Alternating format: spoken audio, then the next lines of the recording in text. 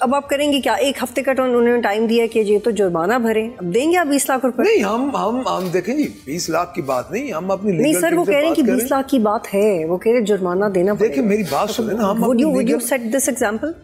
नहीं, हम ऐसा नहीं करेंगे। हम अपने लीगल उधर बात करेंगे, लीगल टीम के साथ हम हाई कोर्ट में जाएंगे और हम बताएंगे कि ये कुछ हुआ ही नहीं है, पहली बात। दूसरी बात ये है कि वो तो उनको तो चाहिए ये कि हम 106 मेंबर हैं, बड़ी आसान सी बात है। लेकिन सर उन्होंने तो अभी रेफरेंस दे दिया इलेक्शन कमीशन को, मैं वो उधर ही आ रहा हूं। होंगी, मैं उधर ही आ रहा हूँ। उनको चाहिए ये कि 106 का 106 ने एहतजाज किया है ना, उन सब का रेफरेंस भेज दे, अपोजिशन के बेंच खाली हो जाएंगे।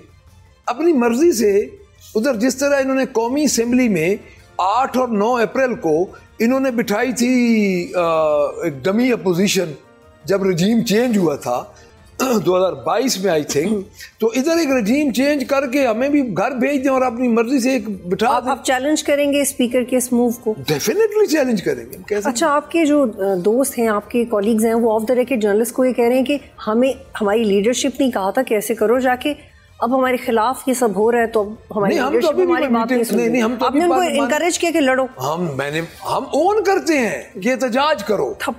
थप्पड़ों की बारिश देखिए, थप्पड़ उन्होंने पहले मारे, अगर एमपीए लड़े उनके साथ, उन्होंने पहल की है, उसके बाद में अपने एमपीएस को अगर उन्होंने जवाब दिया तो बिल्कुल ठीक। तो सर चैलेंज में आप क्या लिखेंगे? आपके पास क्या प्रूफ? देखिए ये तो लीगल पर्सपेक्टिव है ना जी, ये तो लीगल आप जो हमारे बताएंगे तो लीगल हम इंशाअल्लाह ताला इस पे पूरा एक्शन लेंगे। और देखिए मैं आपको एक बात बताऊं, ये बड़ी मामूली जंग, और ये भी उन्होंने कहा है कि आप इजलास बुलाने की रिक्वेजिशन नहीं दे सकते क्योंकि 93 का नंबर होना चाहिए, कम होके मोस्ट प्रोबेबली 70 प्लस हो गया। मैं आपको बताता तो वो भी एक मसला। आप मेरी बात सुन, जो इस वक्त पोजीशन है ये इस जंग में मामूली चीज है।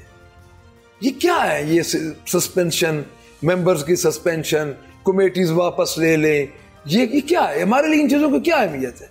जो बंदे इतनी मुसीबतें उठा के इधर पहुंचे हैं, तो आपका क्या ख्याल है? हम इन चीजों की परवाह करेंगे? लेकिन हम एक चीज पे बिलीव करते हैं, हमने ऐसा कोई एहतजाज नहीं किया जिसका मेंबर सस्पेंड हो। इससे घटिया एहतजाज उन्होंने खुद हमारे साथ किया है। जिंदगी में कभी अपोजिशन लीडर की स्पीच पे गवर्नमेंट एहतजाज नहीं करती।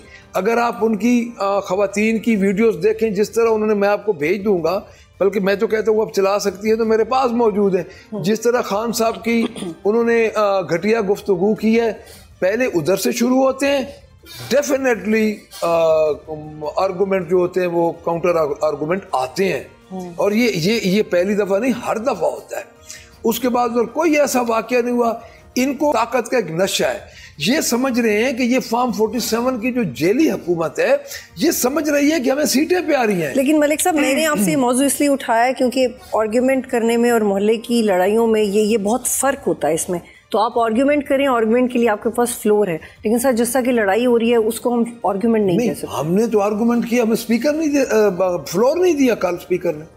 हम गए, हमारे ऊपर दरवाजे बंद किए, फिर फ्लोर नहीं दिया। दूसरी बात ये, देखिए मैं आपको बताता हूँ, चीफ मिनिस्टर आई है, चीफ मिनिस्टर जिस तरह भी उनको गवर्नमेंट मिल गई, हम ये समझते हैं कि हमारा मैंडेट है, उन्होंने छीना है, और है फॉर्म 47 की चीफ मिनिस्टर हैं, लेकिन वो आई हैं तो हमारे एमपीएस ने एहतजाज अपनी तरफ खड़े हो गए। अच्छा मलिक साहब, आप मखसूस नशिस्तें भी आपसे वापस चली गई हैं और चेयरमैन भी ले रहे हैं, तो सब ले लें, और लीगल ऑप्शंस आपके पास अब नहीं बचा। देखिए 26th अमेंडमेंट के बाद आपको कोई इधर लगता है कि कोई लीगल ऑप्शन है? कोई अदालतें रह गई हैं? खान साहब के जिस तरह केसेस के जमानतों के पिछले दिनों आपकी हिकमत अमली क्या? हमारी हिकमत अमली, देखिए हम इस वक्त Pakistan Tehreek Insaf single largest party है, और मैं आपको एक बात बता दूं, जिस तरह ये कर रहे हैं इस तरह ये पार्टी कभी भी खत्म नहीं होगी।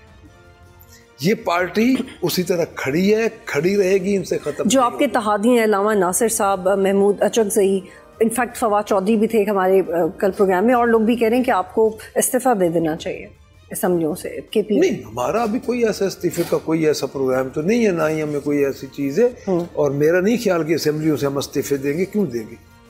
नहीं देंगे। क्या व्हाट्स योर स्ट्रेटजी? हमारी स्ट्रेटजी ये है कि खान साहब की तरफ से डायरेक्शन आएगी मुहर्रम के बाद, हम एहतजाज में जाएंगे।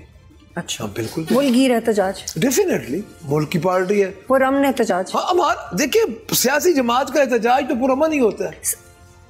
अब मुझे ये बताएं कि हमने जब असेंबली के अंदर इन्होंने हमें एहतजाज नहीं करने दिया, असेंबली में कौन सा गोला बारूद था हमारे पास, और स्पीकर साहब बाहर आके कह रहे हैं इस्तीफे दे। लेकिन मलिक साहब बात को आगे बढ़ाते हैं, आप सही कह रहे हैं कि पर हमने एहतजाज होना चाहिए, लेकिन जब आपको जलसों की इजाज़त में आपके मसाइल आ रहे थे वो इसलिए क्योंकि इंटेलिजेंस रिपोर्ट्स में ही आता था कि आपके पास डंडे हैं, कुछ बंदूकें हैं, तो वो रिपोर्ट सब क्लियर आएंगी आपकी। सोर्स रिपोर्ट्स कहाँ से बनती हैं?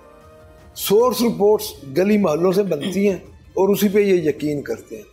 हमें ये एक जलसा इधर करने दें, जब पाकिस्तान तहरीक इंसाफ ने जलसे किए एक पत्ता भी नहीं टूटा। सर पत्ता तो नहीं टूटा होगा शायद, लेकिन जबान से इतनी गोलाबारी हो जाती कि लोग डर जाते।